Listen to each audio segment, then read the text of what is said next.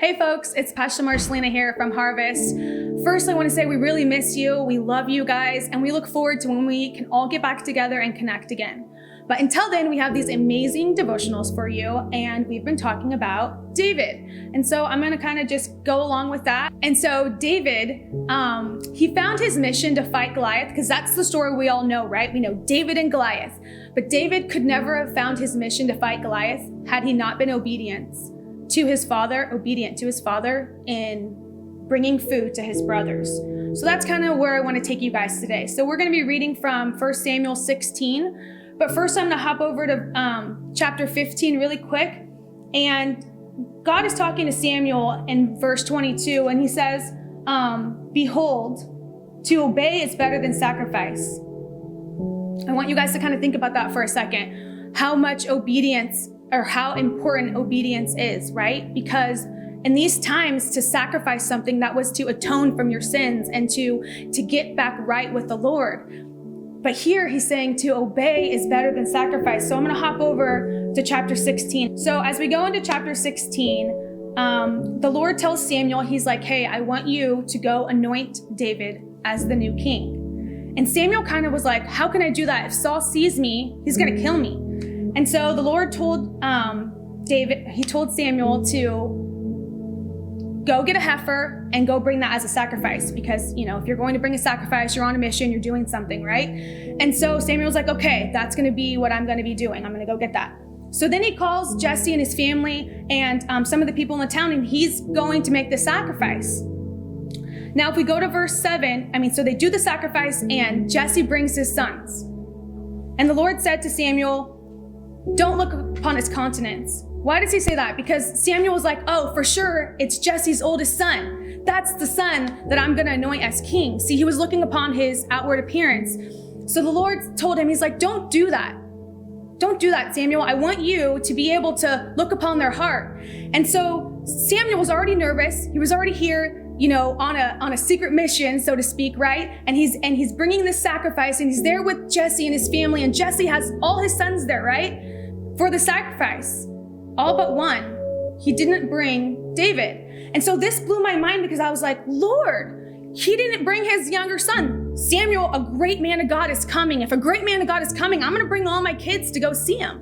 But no, Jesse didn't bring his youngest son. And so it's kind of funny how God put that in one chapter over in 1 Samuel 15:22 about to obey is better than sacrifice, because David wasn't there. Therefore, he was sacrificing his time to do what his parents had told him to do, which was to attend to the sheep.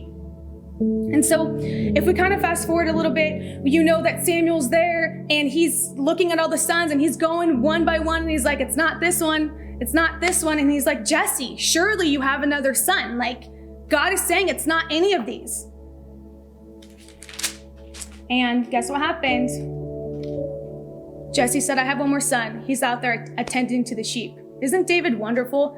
Over and over, it talks about how David was there doing what his father had said, attending to the sheep.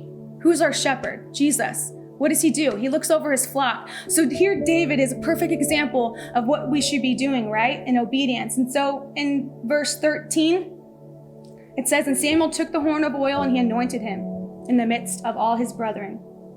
And if we want to hop down to verse 17, this is where Saul comes into play. He's Saul, so now David's anointed king, okay?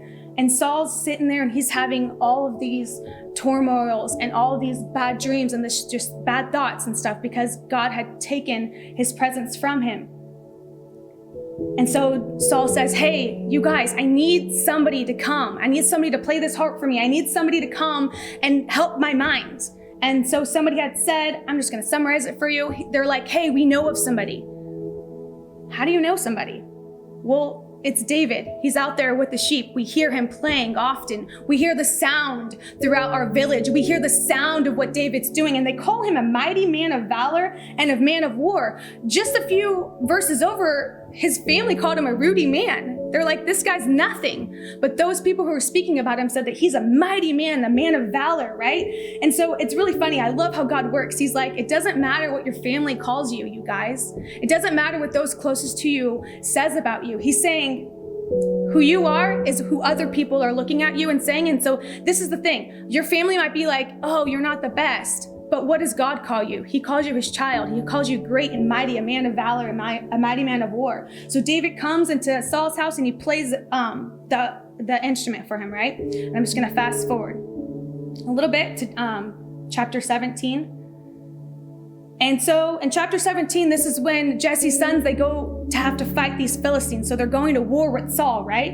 And the 3 older sons went, but you know where David was? He was at home attending to the sheep. See, Saul had called him to the palace, and he had called him to be an armor bearer, yet he still returned to help his family. He still returned to do his first mission that his father had given him. And this is what's so important. It's sometimes your job's going to call you and people of this world are going to call you, but you still need to remember what God had told you to do. If you have a family or if you have loved ones that you still need to attend to, you can't just put that on the side or the back burner. Your first mission of whatever God told you to do, you need to stay on that, right? And so then David, his dad tells him, he's like, hey, I want you to go take this food to your brothers. And you know what he did? This is what I love. It says that, verse 20, and David rose up early in the morning and he left the sheep with a keeper.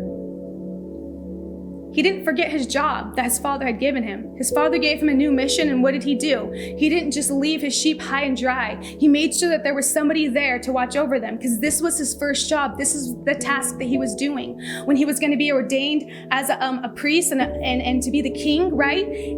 He was looking after his sheep. And then fast forward to now where his father's like, hey, go bring food. And this is what he does. He makes sure that his job is covered, right? And so he begins this journey to go fight Goliath.